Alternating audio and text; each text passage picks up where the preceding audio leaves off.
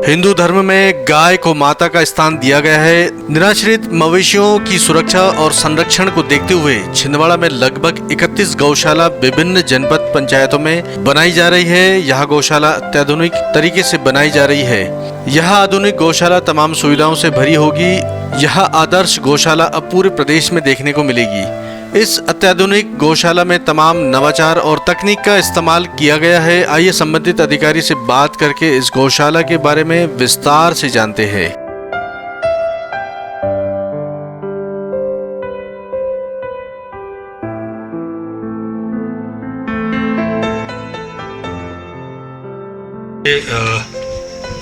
मध्य प्रदेश शासन की गौ सेवा योजना के अंतर्गत, जैसा आप सभी अवगत हैं, निराश्रित गौवंश के संरक्षण और संवर्धन के लिए जो है गौशालाओं का निर्माण पूरे प्रदेश में किया जा रहा है। उसी कड़ी में छिंदवाड़ा जिले में 19-20 में वित्तीय वर्ष 19-20 में 31 गौशालाएं विभिन्न जनपद क्षेत्रों में स्वीकृत हुई हैं, निर्मित हुई हैं, निर्माणाधीन है।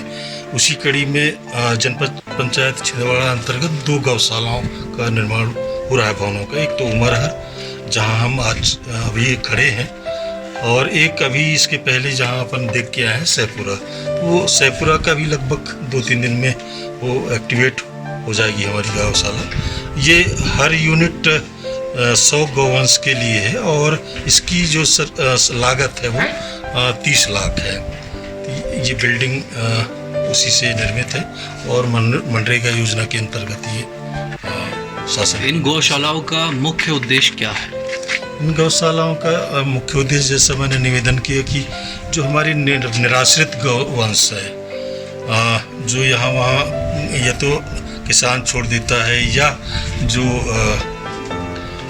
कोई गौवंश को तस्करी के लिए लोग पकड़ ले जाते हैं, पुलिस पकड़ लेती है, फिर उसके लिए रखरखाव की एक समस्या पैदा हो जाती है। तो इन गौशालाओं में ऐसे पशुधन को हम लोग रखते हैं और उनका भरण पोषण से लेकर सारी उपचार की व्यवस्थाएं भी हम लोग करते हैं। और आप देख रहे हैं कि अभी यहाँ लगभग 86 गायें हैं हमारे पास, जो विभिन्न स्तरों पर समय समय पे हमारे पास ये आई हुई हैं। और हम जहाँ तक संभव हो पा रहा है उनको हम अपनी कस्टडी में रख के देख रेख कर रहे हैं। हमारी ग्राम पंचायत भी इसमें लगातार तत्परता के साथ काम कर रही है। अभी ये चूँकि ये गौशाला भी वर्तमान में संचालित है, ये इस गौशाला को शासन की नीति और निर्देशों के मुताबिक जो है स्व सहायता समूह को हैंडओवर करने का था, ताकि इनका परिचालन विधिवत तौर पे होता रहे और कोई संचालन में व्यवधान उत्पन्न ना हो। तो लगभग 3 माह से गौशाला यहाँ सत्यसाई स्व सहायता समूह है, उनके द्वारा संचालित है और अभी तक मुझे लगता है कि सफलतापूर्वक उनके द्वारा संचालित। सर, हमने यहाँ देखा कि गौवंश के जो वेस्ट प्रोडक्ट हैं, जैसे गोबर, उससे कई तरह के बाय प्रोडक्ट्स आप लोगों ने तैयार किए हैं, उसके बारे में थोड़ी जानकारी दें। जी, ये 3-4 तरीके के बाय प्रोडक्ट हम लोग इसमें तैयार कर रहे हैं। अभी आपने देखा होगा कि एक तो कंडे, जो परंपरागत हमारी ग्रामीण जीवन शैली के हिस्सा हैं, अब वो हम तैयार कर रहे हैं। उसके अतिरिक्त कंडों से हम लकड़ी भी निर्मित कर रहे हैं, जो आप इसको देख सकते हैं। ये लकड़ी हमने तैयार की हुई है। उसके अलावा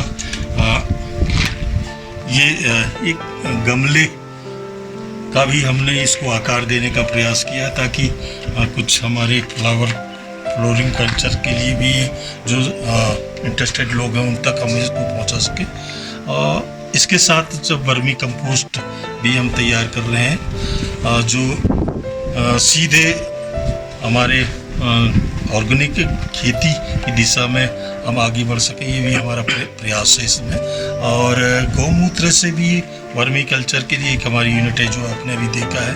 तो अभी हालांकि वो प्रारंभिक स्तर पे है, उसको हम वेटनरी डिपार्टमेंट के सहयोग के मार्गदर्शन में उसको भी आगे बढ़ाएंगे। अभी वो इनिशियल स्टेज पे है। अभी हमने देखा कि जिला पंचायत के द्वारा बहुत बड़ी नर्सरी बनाई जा रही है, उसके बारे में थोड़ी जानकारी। जो नर्सरी अभी अपन ने देखा है गौशाला के पीछे,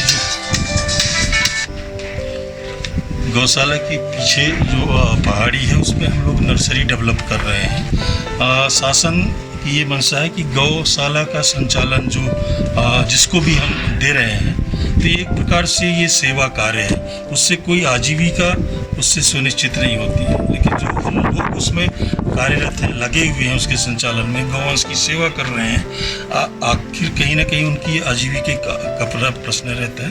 तो उसको सुनिश्चित करने के लिए हम नर्सरी डेवलपमेंट का काम कर रहे हैं, ताकि वो जो हम विभिन्न प्रजाति के जो पौधे रहेंगे नर्सरी में हम लोग उनको जर्मिनेट करेंगे और उसके बाद धीरे से फिर हम उनकी आजीविका की ओर बढ़ेंगे और उनकी आजीविका सुनिश्चित होगी, ताकि गौशाला के परिचालन में भी उनका इंटरेस्ट बना रहे। दूसरी चीज़ उनकी आजीविका भी सुनिश्चित होती रहे। तो उसके हिसाब से 50,34,000 की ये हमारी नर्सरी का है, ये मनरेगा योजना के अंतर्गत ही स्वीकृत है। आप लोग बहुत बड़े पैमाने पर जैविक खाद का निर्माण कर रहे हैं और गांव में विभिन्न क्षेत्रों में लोगों को जैविक खेती के लिए भी आप लोग जागरूक कर रहे हैं जी। और जो पूर्णतः जैविक होगी वो किस तरीके से आप लोग इसको गांव वालों को इस जैविक खाद से और जैविक खेती से जोड़ रहे हैं इस गौशाला के माध्यम से?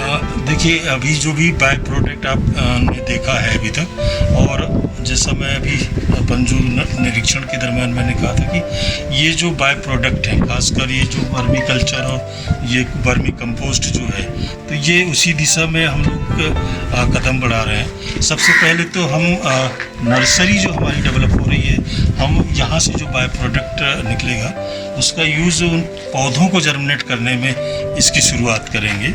और उसके बाद यहाँ जो आजू बाजू जो किसान लोग हैं, तो उनसे भी हम एक ग्रुप के रूप में उनको प्रोत्साहित करेंगे, कुछ उनको उस दिशा में हेल्प करके जो है उनको जोड़ने का प्रयास करेंगे, ताकि धीरे धीरे फिर लोग इस और अपना रुझान बढ़ा सकें। अभी तो लोगों का रुझान दूसरी ओर है, लेकिन ये जो ऑर्गेनिक चीज़ें हैं, मुझे लगता है कि हमारी भारतीय जीवन शैली की पुरानी धरोहर है।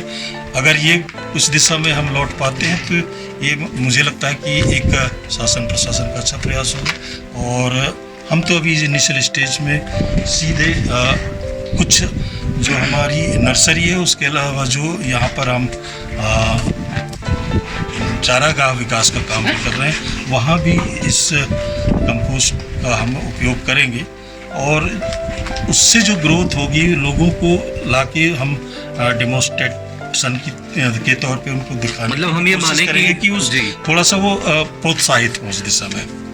इस गौशाला के माध्यम से बहुआयामी उद्देश्य जो है वो सिद्ध हो रहे हैं, जो हमारे गांव की संरचना के लिए जो बहुत महत्वपूर्ण है। हम यही प्रयास कर रहे हैं, शासन प्रशासन की मंशा भी यही है, हमारा प्रयास उसी दिशा में है।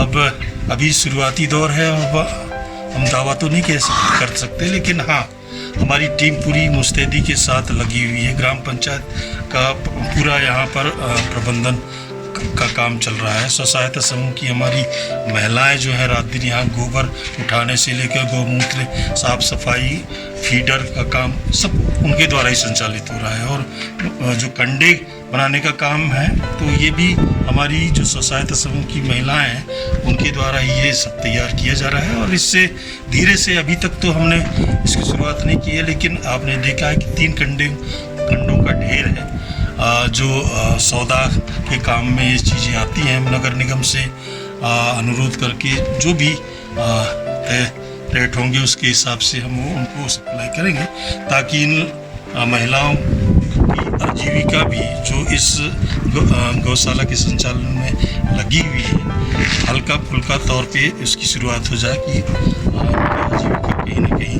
सुनिश्चित हो जाए, ताकि उनका इंटरेस्ट बना रहे और इस गौवंश की सेवा में सदैव संलग्न रहे। ठीक।